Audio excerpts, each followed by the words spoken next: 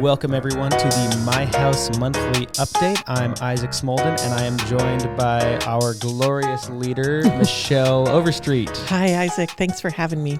So Michelle, we're just doing a quick update to let people know what is going on here at My House in the month of March. What's the first thing we've got going on here at the building? Well, the first thing is on Monday, the 28th of February. We're still in February just a little bit. There's a Rotary human trafficking meeting. It's open to any Rotarians that want to get involved.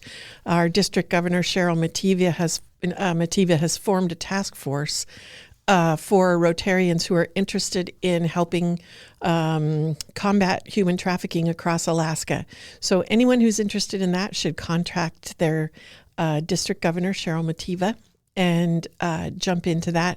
And our own Stacy Yates, who is our human trafficking program coordinator, is going to be a part of that conversation. Along with a number of other local activists. So I'm excited about that. Yeah, and Stacy just recorded the first episode of her podcast with you and Julia yesterday, which also should be out by now. Yesterday when we're talking, not yesterday when this is dropping. But it should be out on our channel by now, and I think it went really well. I think a lot of people are going to like listening to that. I think so too. I think one of the things that's hard when we're talking about human trafficking is it's really so invisible, and it's very rare that survivors are coming to the table and having conversations about what it's like, not only to be groomed and recruited for that, but how do you get out?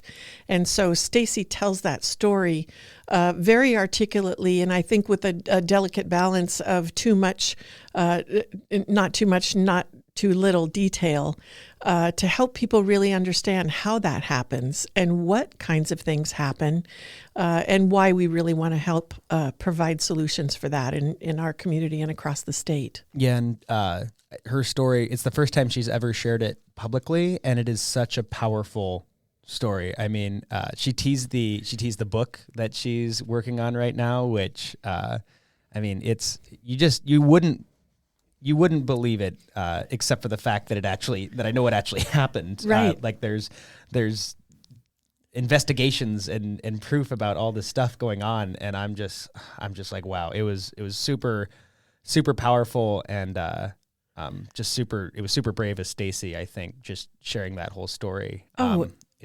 I completely agree that the courage to be able to talk about the things, the trauma and the things that were happening to her then that still impact her life. And, she's a very well-known person in our community, and I don't imagine very many people really know that she had that experience in her life. And I completely agree with you. I think it's very courageous. I think her story is captivating, and I can't wait to read her book. And I'm proud that she's, stepping out to help people that are still in trafficking learn about resources and strategies and ways to break free from that. Talk about a leader. Yeah. And while we're on the subject of trafficking and podcasts, we have a special episode that isn't connected to any of our podcasts that just got off the ground, but that will be discussing the new legislation that Governor Dunleavy just introduced during the current session with some leaders and hopefully some legislatures as well, because I think as an organization we've really committed to helping get that passed. And you touched on it a little bit yesterday, but maybe for those that haven't listened to that or that don't know what's going on, can you touch on that new legislation really quick? I would be glad to. There are three separate proposed, but 3 in the House and 3 in the Senate that are proposed by the governor that will increase penalties for repeat offenders, for traffickers that make three strikes you're out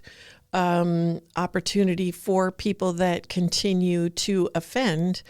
and on that third time, you become a registered sex offender, which really benefits our communities because you can pull up on a website and see if you have children waiting at a bus stop, and you know that somebody is convicted of child porn for 3 times.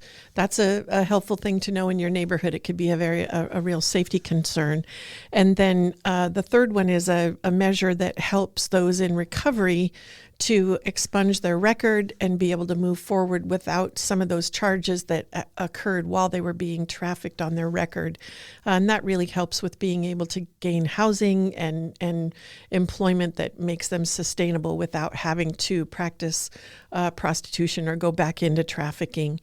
I really feel strongly about this podcast, Isaac, because when we went to the press conference for the governor talking about these 3 bills, and this is a story that's on the cover of the People's Paper. If you live in the Mat-Su Valley, it's a cover story on the People's Paper this month. When we went to that press conference, the very first question that was asked was, Governor, are you aware of the movement to legalize prostitution in Anchorage?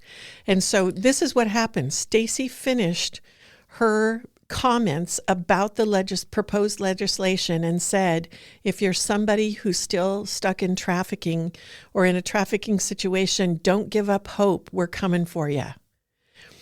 There was some clapping. She stepped away from the microphone, and the governor's chief of staff said, we're going to take the first question. And that was the first question. Governor, are you aware of the movement to legalize prostitution?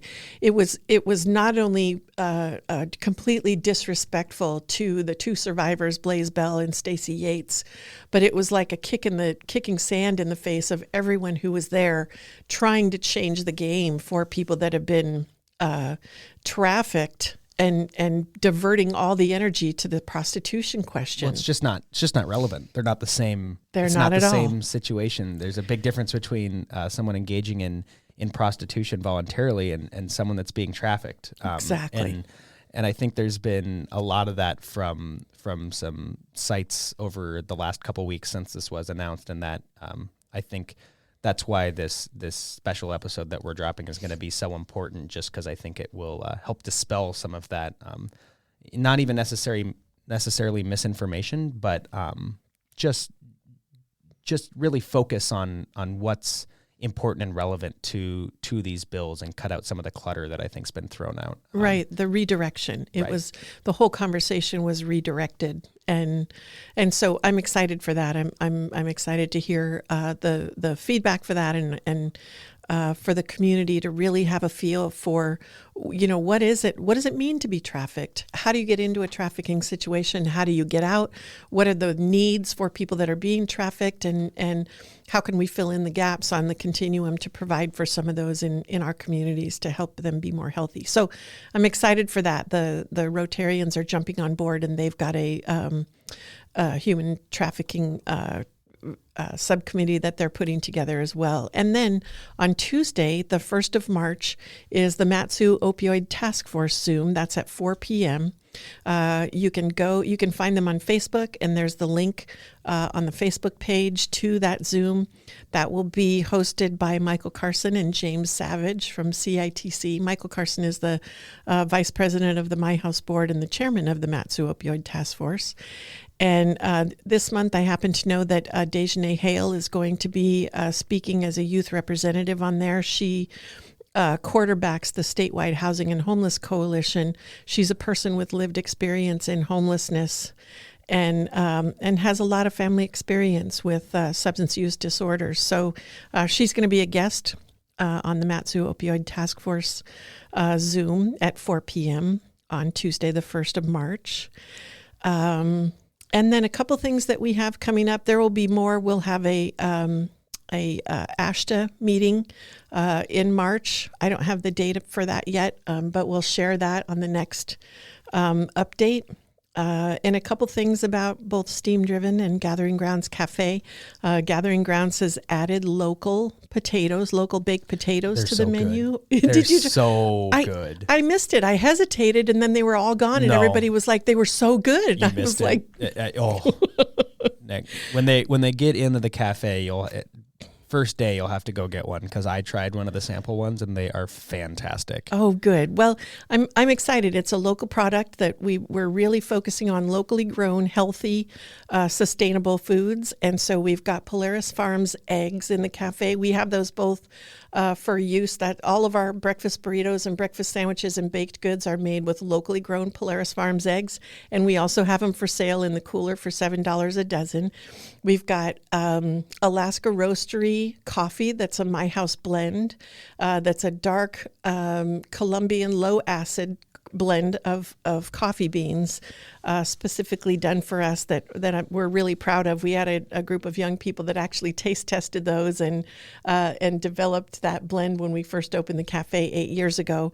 So we've got Alaska Roastery on board. Alaska Chip Factory provides our potato chips, and Summit Spice and Tea provides the tea that we serve. So we're really moving in a direction of having more locally grown and sourced items for sale there, and the baked potatoes are one of those. And so they're using a recipe that makes the crispy on the outside, but really fluffy on the inside, and they have toppings that they're putting on, and we'll have more information about that.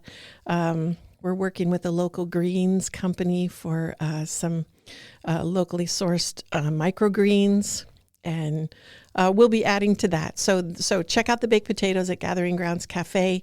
And Steam Driven has been completely remodeled in the last year.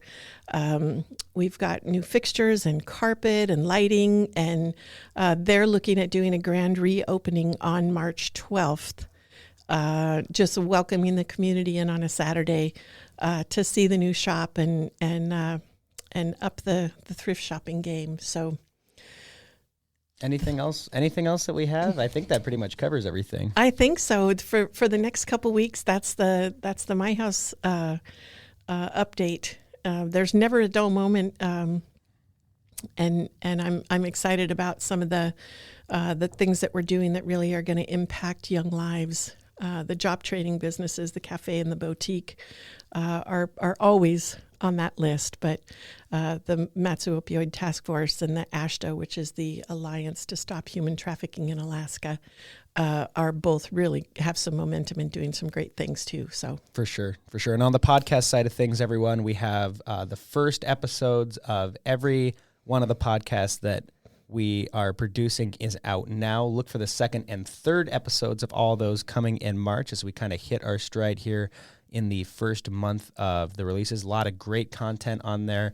You have Diagnonsense with Justin and Kurt about mental health and wellness. You have the Redemption podcast with Stacy and Julia talking about human trafficking awareness and recovery. You've got the My House podcast just kind of telling some of the stories from here, and we should have the first episode of the Client Stories type podcast that we're doing, hosted by Mike Sessions. There's going to be a couple of those dropping this month as well. So tons of content out there, everyone.